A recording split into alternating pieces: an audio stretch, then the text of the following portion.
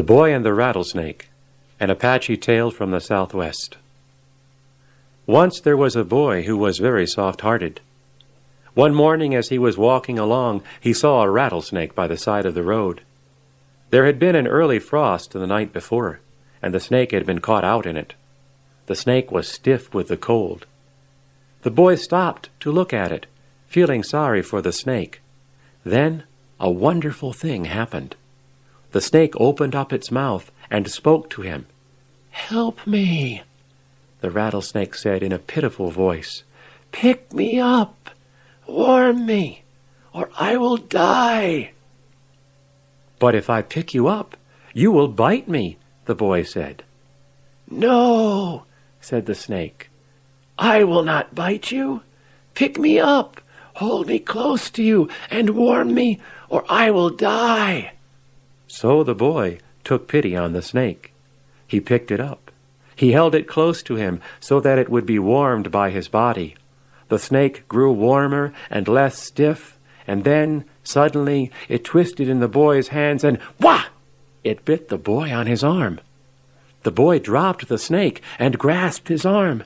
"Why did you bite me?" the boy said. "You said you would not bite me if I picked you up." "That is so," said the snake. "But when you picked me up, you knew I was a rattlesnake."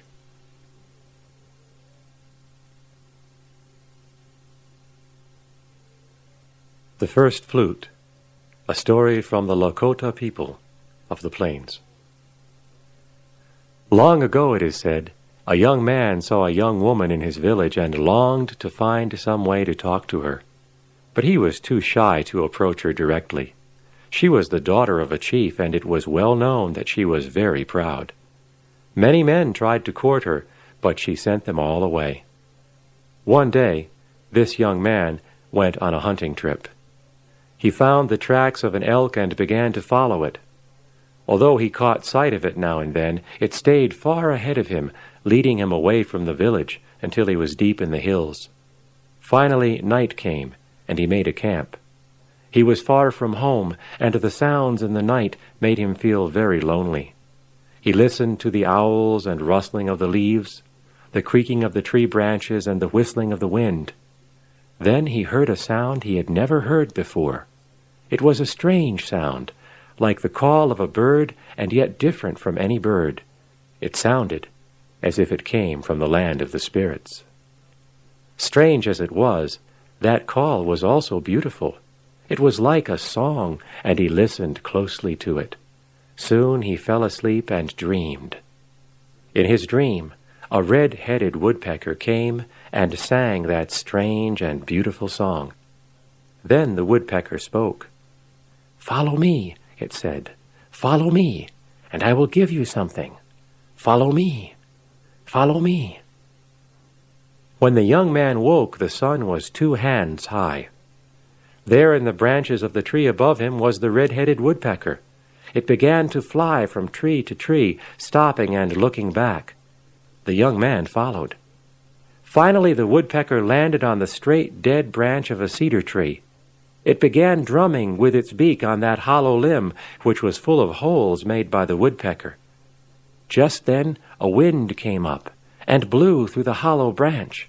It made the song that the hunter had heard. Now the hunter saw what he should do. He climbed the tree and carefully broke off that branch. He thanked the red-headed woodpecker for giving him this gift, and he took it home to his lodge. But he could not make it sing, no matter what he did. Finally, he went to a hilltop and fasted for 4 days. On the 4th day, a vision came to him. It was the woodpecker, and it spoke again, telling him what to do.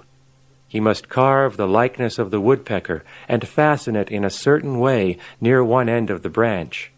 He must shape the other end of the flute so that it looked like the head and open mouth of a bird. Then, when he blew into that end of the flute and covered the holes with his fingers, he would be able to play that song. The man did as his vision told him. He carved the flute so that it looked like the head and open mouth of a bird. He tied on the bird reed near the other end, and when he blew into the flute, it made music. Then he began to practice long and hard listening to the sounds of the wind and the trees, the rippling of the waters and the call of the birds, making them all part of his playing. Soon he was able to play a beautiful song. Now when he hunted and camped far from the village, he had his flute with him, and could play it to keep himself company. Finally, he knew that he was ready to visit that young woman he had liked so long from afar. He went and stood behind her lodge and played his best song on the flute. She heard that song and came out into the moonlight. She went straight to where he was playing. She walked up to him and stood close to him, and he lifted his blanket and wrapped it around them both. So it was that the young hunter became the husband of the chief's daughter. He became a great man among his people. Ever since then, young men who wish to go courting have learned to make the cedar flute and play those magical songs. And many of those flutes, to give honor to the red-headed woodpecker that gave such a special gift, have been shaped like the head and open mouth of a bird.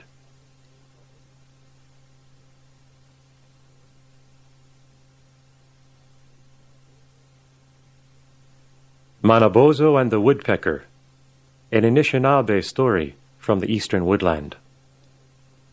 Manabozho lived with his grandmother Nokomis in their lodge near the big water. As Manabozho grew older, his grandmother taught him many things. One day she told him about Megasogwon, the spirit of fever. Megasogwon is very strong, she told him. He is the one who killed your grandfather. When Manabozho learned about Megasogwon, he decided that he should destroy him. Things will be hard for the people to come, Manabozho said. I will go and kill this monster. Nokomis warned her grandson that it would not be easy to do. The way to Megasogwon's island was a dangerous one. It was guarded by 2 great serpents that waited on either side and breathed fire on anyone who tried to pass through. If one got past them, the waters of the lake turned into black mud and pitch that would stop the passage of any canoe. However, Manabozho was determined. "Grandmother," he said, "I must go and fight Megasogwon." Then Manabozho fasted and prayed for 4 days. He loaded his birch-bark canoe with many arrows. He took with him a bag made from the bladder of the sturgeon, which was filled with fish oil. He spoke a single word to his canoe, and it shot forward across the water. It went so swiftly that he was soon to the place where the lake narrowed and the 2 great snakes waited on either side. "Manabozho," the great snakes said, "if you pass between us, we shall destroy you with our fire." "That is true," Manabozho said. "I can see that your power is greater than mine. But what about that other one there behind you?" The 2 serpents turned their heads to look behind them. As soon as they did so, Manabozho spoke another word to his canoe, and it shot between the 2 great serpents. He lifted his bow and fired his flint-tipped arrows, killing both of the serpents. Then he went on his way. Now he came to the place where the waters turned into black mud and pitch. He took out the fish bladder and poured the slippery fish oil all over the sides of his canoe. Then he spoke another word, and his canoe shot forward, sliding through the mud and pitch. At last, Manabozho came to the island of Megasogwon. Only a single tree still stood on the island, for Megasogwon hated the birds and had destroyed all the other trees to keep them away. On that tree there was a single branch, and on it sat Woodpecker. "My friend," Manabozho said to Woodpecker, "I am glad to see you. I have come to destroy that one who hates us." Then Manabozho called out in a loud voice as if speaking to many men. "My warriors," he said, "surround this island. I shall fight the monster first, but be ready to attack when I call for help." Megasogwon heard Manabozho's voice and came running to attack him. He was taller than any man, and his face and his hands were painted black. His hair was bound up tightly in a knot on top of his head. His body was covered with wampum painted in bright stripes. He roared as he came, and his voice was so loud that it shook the ground. "You are the one who killed my grandfather," Manabozho shouted. My men and I will destroy you." Then they began to fight. Manabozho shot his arrows at Megasogwon. The monster had no weapons, but his breath was colder than winter ice, and he tried to grasp Manabozho with his black hands. Each time he came close, though, Manabozho would shout out as if to other warriors, "Now, attack him from behind!" Whenever Manabozho shouted, Megasogwon would turn to look. Thus Manabozho would escape his grasp and shoot another arrow at the monster. But Megasogwon's armor of wampum was so strong that the arrows just bounced off. So they fought, all through the day. Now the sun was about to set, and Manabozho had only 3 arrows left. Then Woodpecker called down to Manabozho from the place where he sat on that one last tree.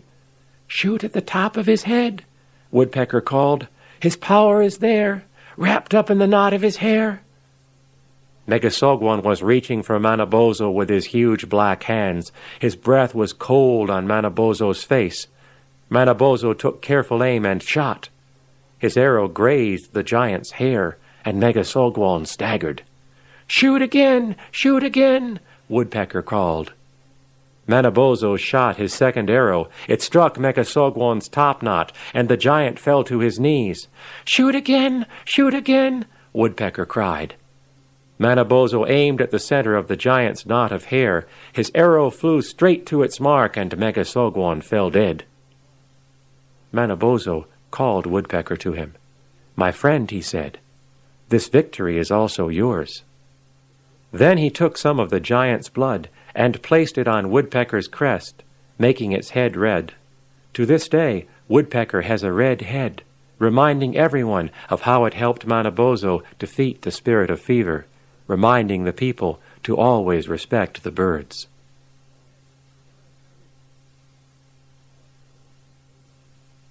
Why Coyote Has Yellow Eyes, a Hopi story from the Southwest. Coyote Woman lived near Skeleton Man. Skeleton Man lived near Coyote Woman. That is how it was. One day, as Coyote Woman was walking around looking for food, she passed by Skeleton Man's place. Skeleton Man was sitting and doing something very strange. Coyote Woman stopped to watch him. What Skeleton Man was doing was this. He would sing a certain song, "Hi-ya-ya, hi-ya-ha-hey." Then his eyes would fly right out of his head. They would fly toward the south until they were out of sight. Then, as Coyote Woman watched, Skeleton Man's eyes came flying back and went right back into his head again. "Ah," Skeleton Man said, "I have seen so many things." Coyote Woman walked up to him. "I like that song you were singing," she said. "Hip-o-wee," Skeleton Man said. "Yes, it is a good song. When I sing it, I see things I have not seen before. I saw a canyon, and it was just filled with game animals. Deer and rabbits were there, and all kinds of other animals." Coyote Woman thought about all those game animals. "Will you teach me to sing that song also?" Coyote Woman said. "It is easy," Skeleton Man said. "Just face to the south and sing like this." Then he sang again. "Hi-ya-ya, hi-ya-ha-hey." As he sang, his eyes flew out toward the south. He sat there and waited, and before too long his eyes came back again. "That is easy," Coyote Woman said. "I can do that too." "Just be sure to face to the south and do not move," Skeleton Man said. Then he disappeared. "I will see that canyon," Coyote Woman said. She sat down and faced south, and she sang very hard. "Hi-ya-ya, hi-ya-ha-hey!" Her eyes came out of her head and flew toward the south. "Hip-o-wee!" Coyote Woman said. "I can see the game animals. This canyon is a good place."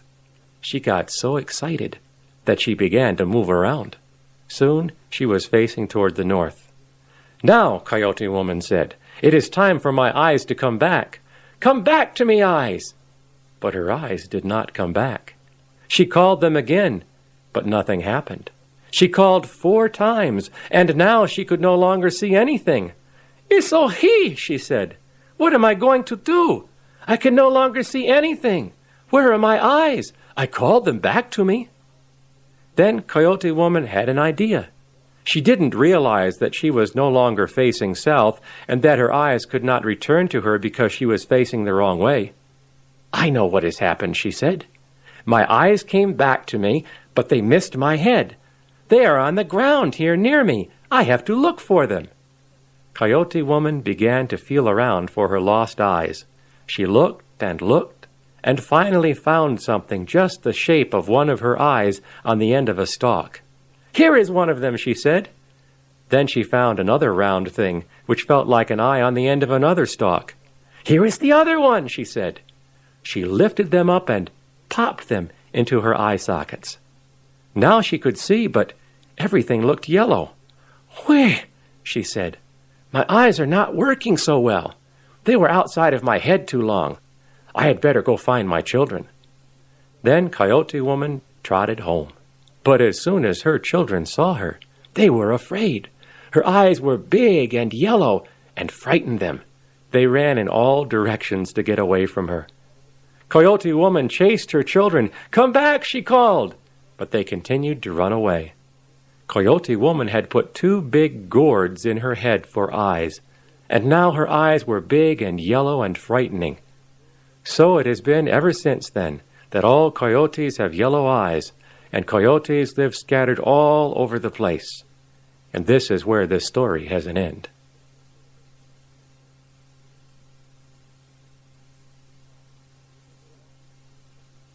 The Dogs Who Saved Their Master, a Seneca story from the Eastern Woodland. There was a man who always treated his dogs well. He fed them good food and spoke kindly to them. He petted them and allowed them into his lodge. His 4 dogs were all great hunters, but the best of all was the smallest one. It had 2 black spots on its head, one over each eye. This dog he called Four Eyes.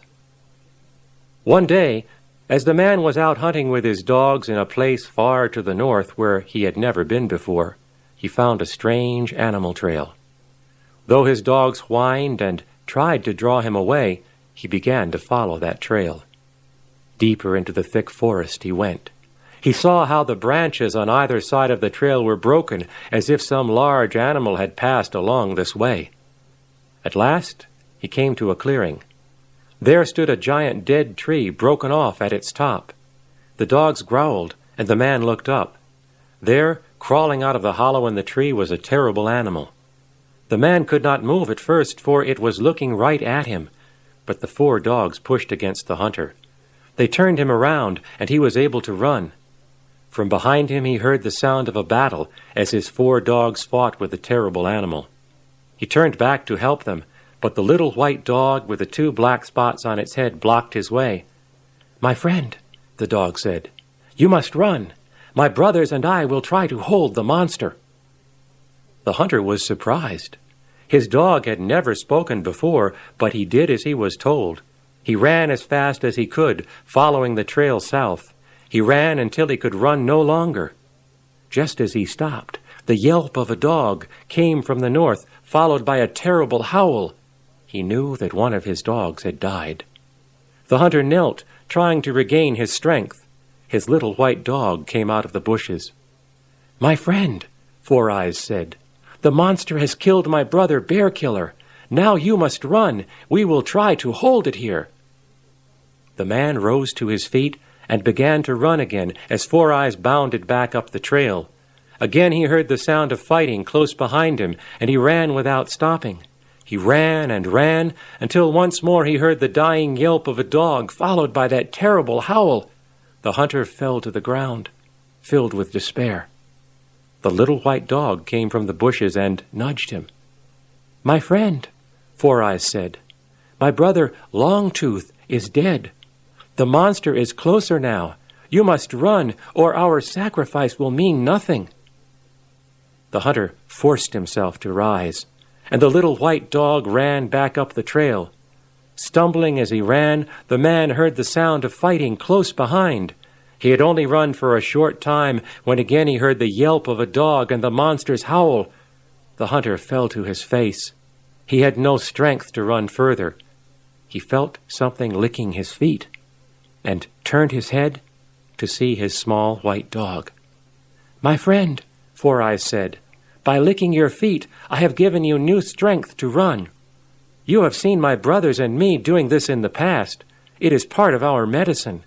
Now you must go. My brother Holds Fast is dead. I shall do my best to stop the monster, but before you go, if you escape, I must ask 2 favors of you." The man looked at his little white dog. Its body was covered with wounds.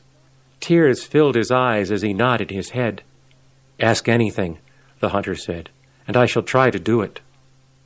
"If you escape," Four Eyes said, "come back and gather our bones to give us proper burial.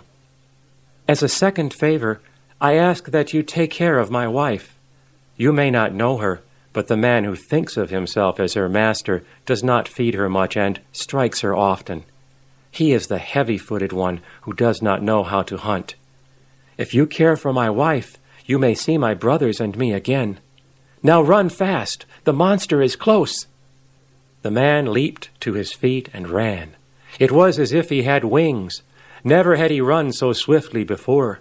He sped along the trail, and as he ran he saw familiar landmarks. With his new speed he had traveled far.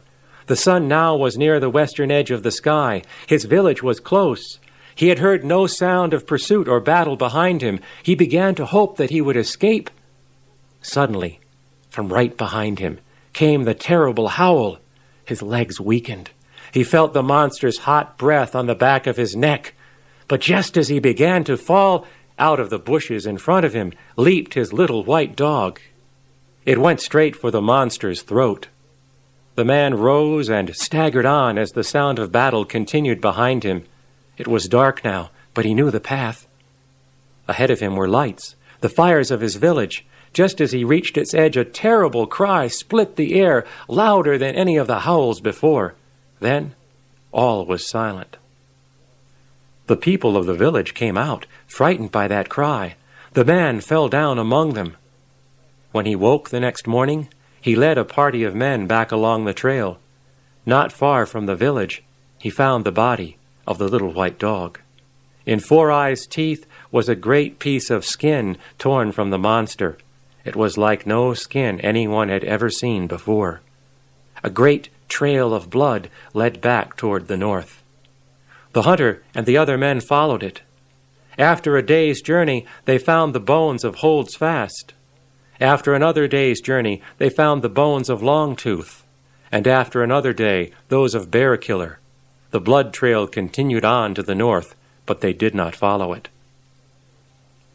The hunter brought the bones of his faithful dogs back home and buried them. He went to the lodge of Heavyfoot. "I will trade you this old bearskin for your dog," the hunter said. Heavyfoot thought at first to refuse. Then he saw the look in the hunter's eyes, and he quickly agreed. His little white dog had never led him to any game anyway. She was no good as a hunter. The hunter took the wife of Four Eyes home. He fed her well and cared for her. He saw that she was expecting, and he began to understand the promise Four Eyes had made. When the 4 pups were born, one of them was a little white dog with 2 black spots over its eyes. When its eyes opened, they looked up at the hunter in a knowing way.